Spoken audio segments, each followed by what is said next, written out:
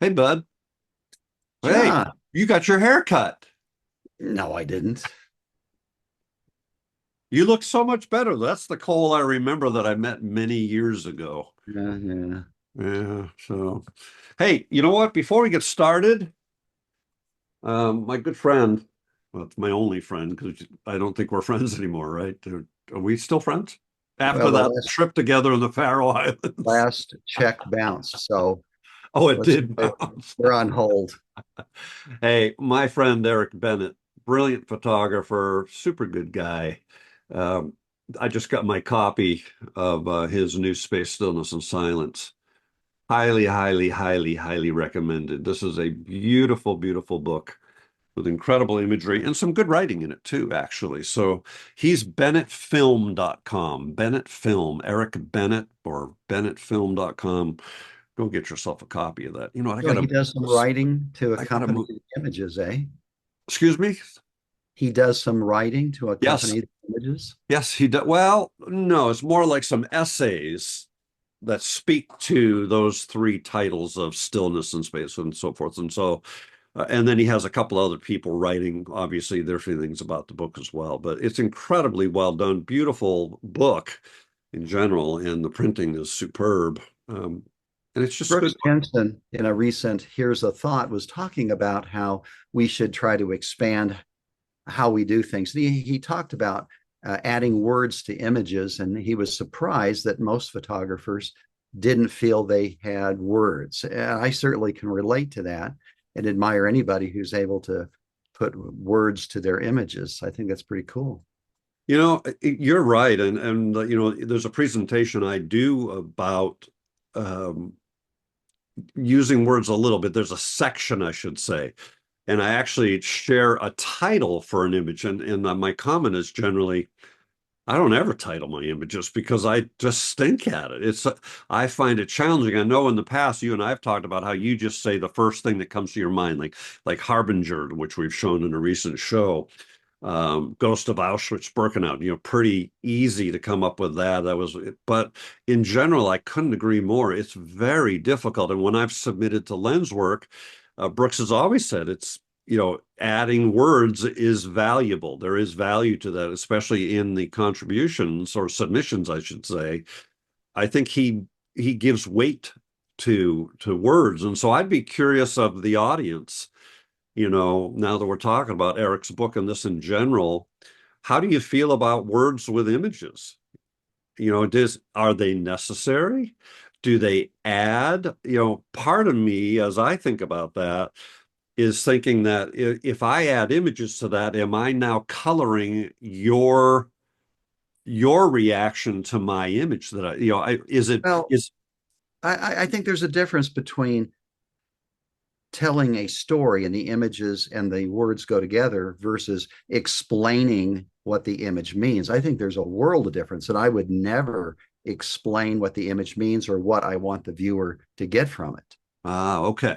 But if I were telling a story and both the words and the images are a part of that story, I think that's cool. I just can't do it. In fact, I think many people feel as I do. I'm a photographer because I don't have words. Yeah, and you've said that too before. Yeah, it is hard to write, but an exercise we do at the contemplative retreat that we do here every year in December, we do photo coups, and I stole that from my dear friend Nancy Rotenberg, who called it. So it's basically photography and the idea of haiku, which is a Uh, form of poetry, right? And so we call it a photo coup, or Nancy did, and I've carried on that tradition since she's passed away.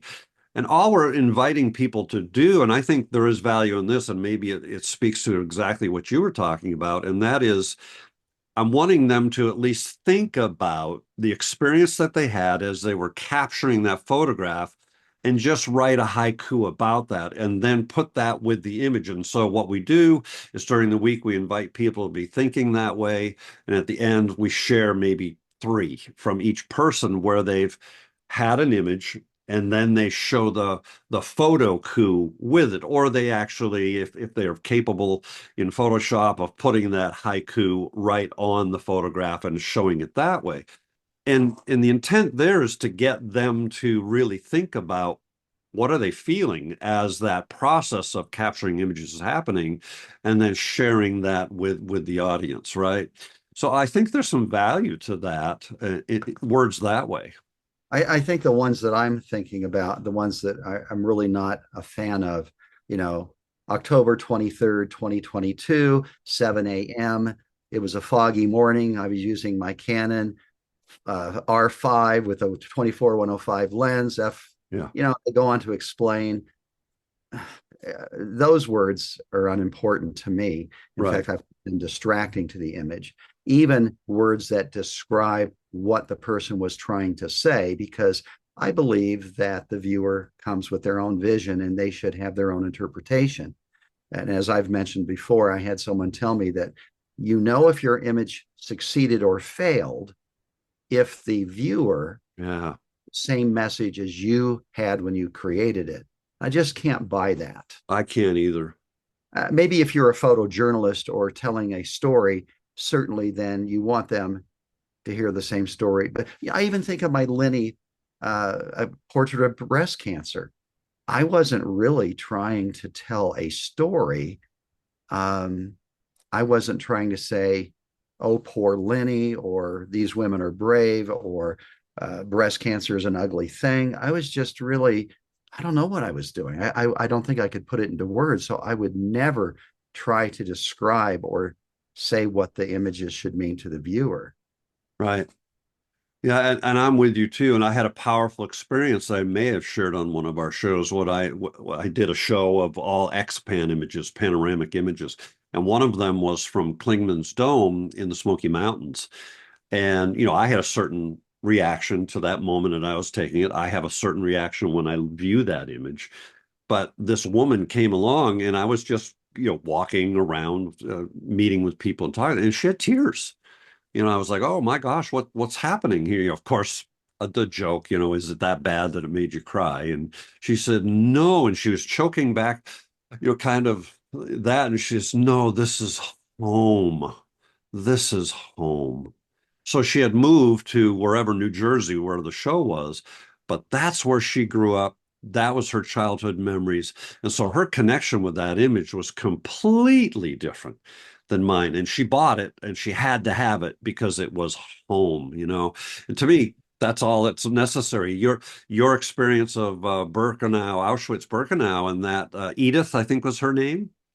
And these Edith, are these are my images. And man, I get goosebumps every time you tell that story because you had one reaction, which had all to do with that experience you had and being claustrophobic and seeing the piles of dentures and hair and glasses and all that just freaked you out. And so you were in a very different headspace. I'm sure you were thinking about the horrific horrors of Birkenau and Auschwitz. But boy, when Edith saw those, I guarantee you her reaction was completely different. oh yeah, yeah. Yeah. And I, based on her life experiences and so forth that we love to talk about. and I keep going back. I saw Rick Rubin again on YouTube, and I just keep going back to that, and that just resonates with me so much that this is a diary entry. Yeah. I didn't create it for others. I didn't have a message I was trying to convey to others. It was a diary entry. Yeah. And I hope through everyone's personal vision, they will find something. And let's face it, not everyone will. Right. Uh, not Right. every image will resonate with every person. So to wrap up, we're interested in your thoughts and comments about words and images. How does that work for you? Do you like having words with images? Would you rather just look at the image and formulate your own feelings from that? I'd be interested to hear what you have to say. And titles, how much Well, do you know, and how much do you value the title? Is it important to have a title? How do you react when you see a title? Does it influence you? Yeah, all that stuff. We'd be fascinated to hear back from you. So, all right, Cole, we'll see you in a couple of minutes, buddy. okay,